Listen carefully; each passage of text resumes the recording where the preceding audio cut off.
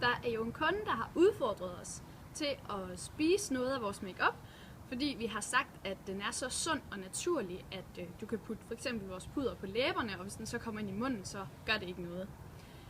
Og vi vil jo stå på hovedet for vores kunder, så Pernille, her kommer der en lille video til dig, og så til alle andre, der også er nysgerrige på at se, hvordan sådan noget makeup det måske smager.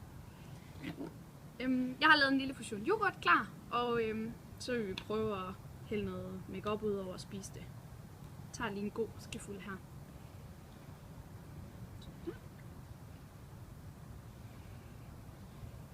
Jeg skal bare rigeligt på.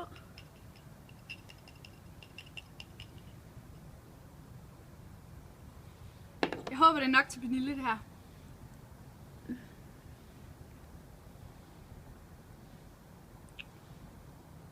Det smager faktisk ikke af noget.